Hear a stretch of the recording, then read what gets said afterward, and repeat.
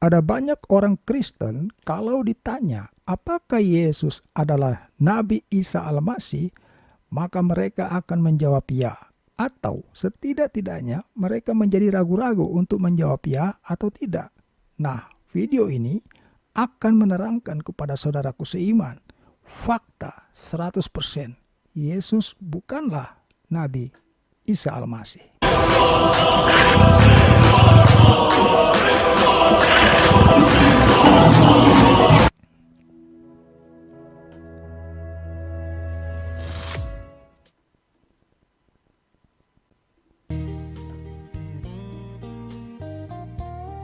Shalom saudaraku, kali ini saya akan membagikan hal yang sangat penting bagi saudara-saudara seiman agar tidak lagi menjadi ragu-ragu saudara perihal apakah Yesus adalah Nabi Isa Al-Masih. Ya, mungkin kita selama ini sudah banyak menemukan dalam tulisan-tulisan itu suka diberi kata atau ya, dalam tulisan-tulisan yang terkait Isa, Nabi Isa Al-Masih itu sering kali kita dapati dituliskan atau Yesus, begitu saudara. Nah, sekarang kita akan melihat datanya. Apakah benar Yesus adalah Nabi Isa Al-Masih? Tentu untuk mengatakan Yesus bukan Nabi Isa Al-Masih, tidak bisa kita mereferensi dari sudut pandang nama saudara. Ya, kalau nama itu tidak bisa. Karena apa? Setiap orang ada saja kemungkinan untuk memiliki lebih dari satu sebutan nama. Saya ambil contoh. Misalnya si Pitung ya, kita semua mungkin tahu juga. Si Pitung ini merupakan sosok legendaris orang Betawi.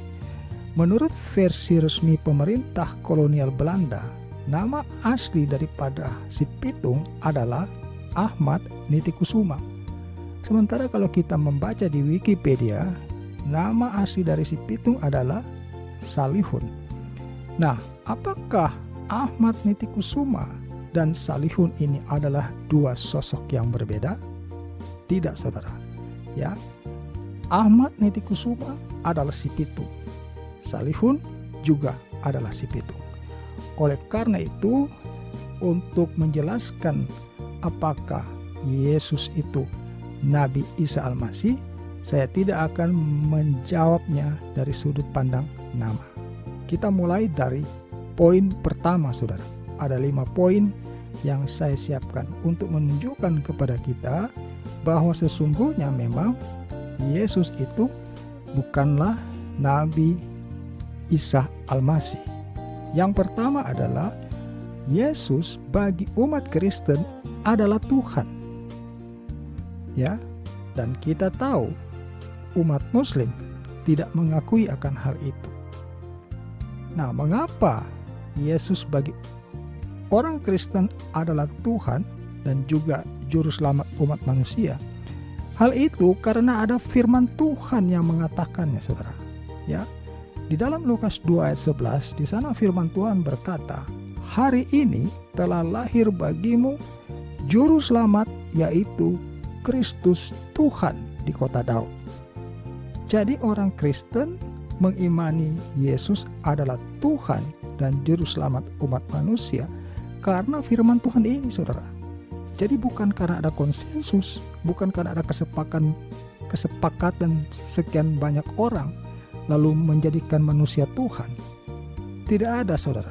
Ya, tidak pernah terjadi sejarahnya orang Kristen menjadikan manusia Tuhan, tetapi orang Kristen percaya Yesus adalah Tuhan dan Juru Selamat umat manusia karena firman Tuhan yang tadi baru saja saya baca.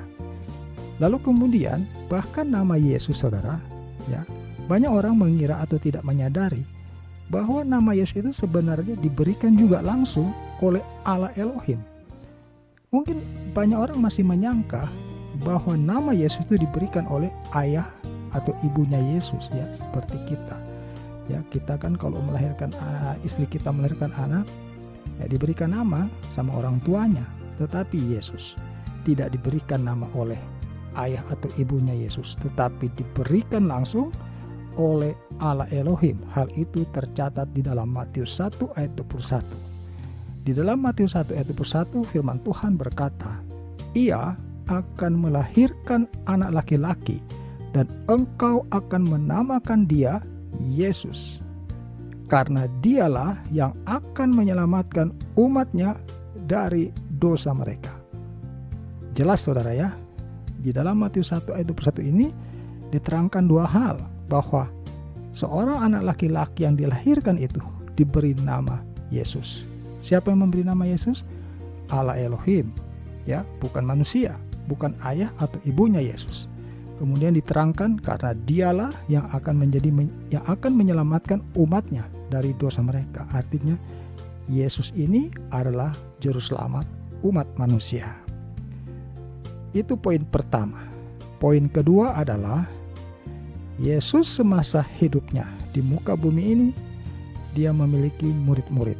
Ada 12 murid, saudara. Saya sebut beberapa di antaranya seperti Matius, Markus, Lukas, Yohanes. Begitu, saudara. Sementara Nabi Isa Al-Masih tidak memiliki murid seperti Yesus. Ya, jadi kalau sosok yang sama, seharusnya Nabi Isa Al-Masih juga akan memiliki murid berjumlah 12 orang. Tidak masalah 12 orang itu namanya tidak sama persis, karena tadi di awal saya sudah sampaikan nama bisa saja berbeda untuk sosok yang sama. Tetapi dalam hal ini Yesus mempunyai 12 murid dan Nabi Isa Al-Masih tidak mempunyai murid satupun. Lalu yang ketiga, ini penting sekali saudara. Yang ketiga adalah pengikut Yesus harus dibaptis. Ya, sementara Nabi Isa Al-Masih tidak mengenal baptisan itu, saudara. Artinya, kalau ada seseorang mau menerima Yesus sebagai Tuhannya dan sebagai juru selamatnya, maka dia wajib untuk menerima baptisan. Sementara orang yang mengimani Isa Al-Masih sebagai nabi tidak memerlukan hal seperti itu, saudara. Ya, jelas saudara ya.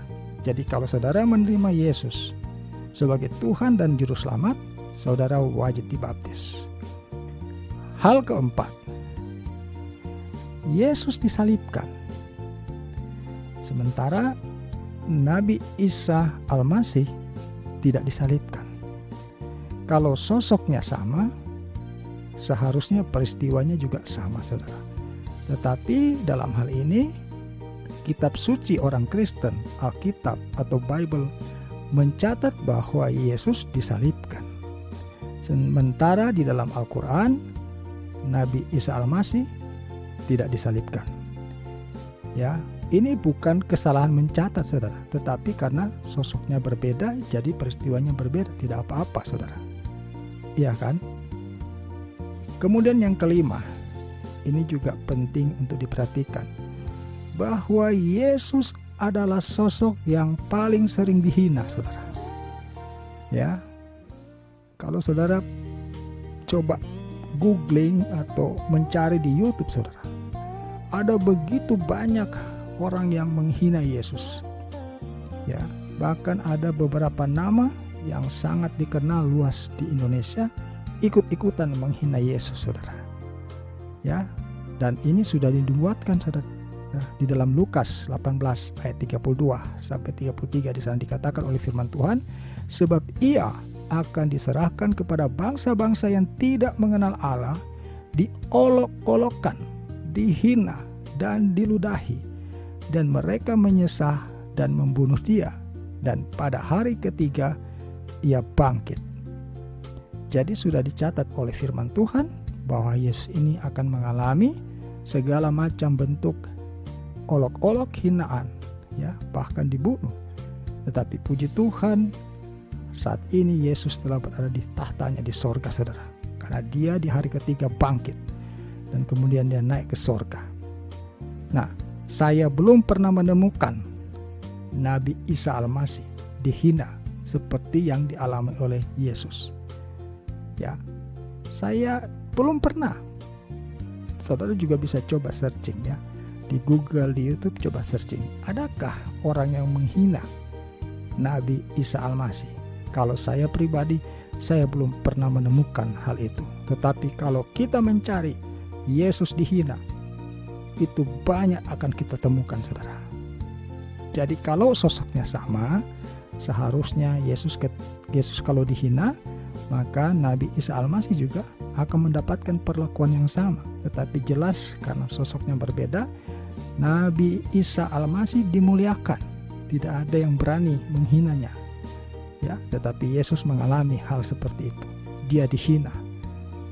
Sampai sekarang masih dihina, dan sampai nanti, sampai menjelang kiamat juga masih akan ada orang yang menghina Yesus. Maka saya kira kita harus berhenti untuk mempersamakan. Keduanya tidak usah dipaksakan untuk sama. Biarkan ada dua sosok. Ya, biarkan ada dua sosok. Nabi Isa Al-Masih yang diimani oleh umat Muslim, dan Yesus yang diimani oleh umat Kristen sebagai Tuhan dan Juru Selamat umat manusia. Itu saja, saudara.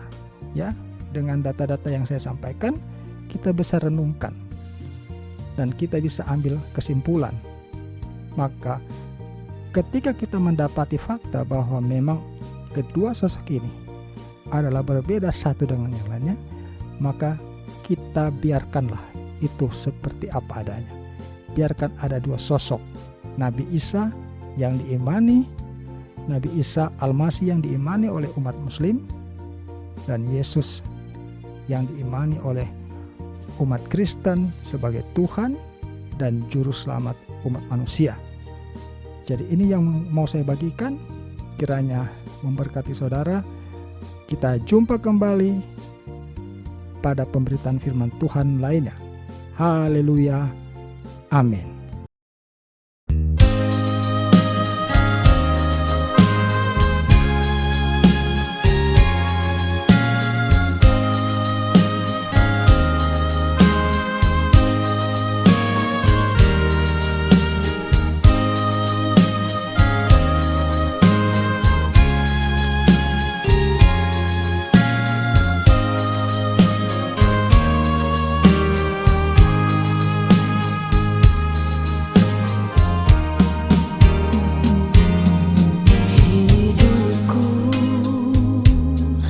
Bagai bejana yang kosong,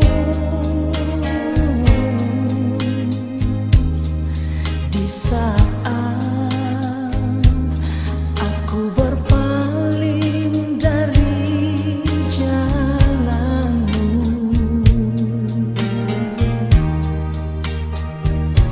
sang matahari pun tenggelam di alam peraduan malam, lalu kembali pulang dalam kegelapan.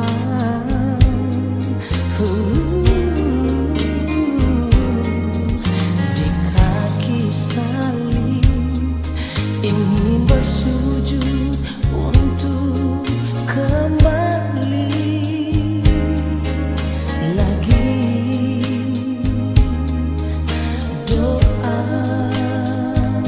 itu harapan Tuhan menolongku. Bagaikan musafir di tengah belata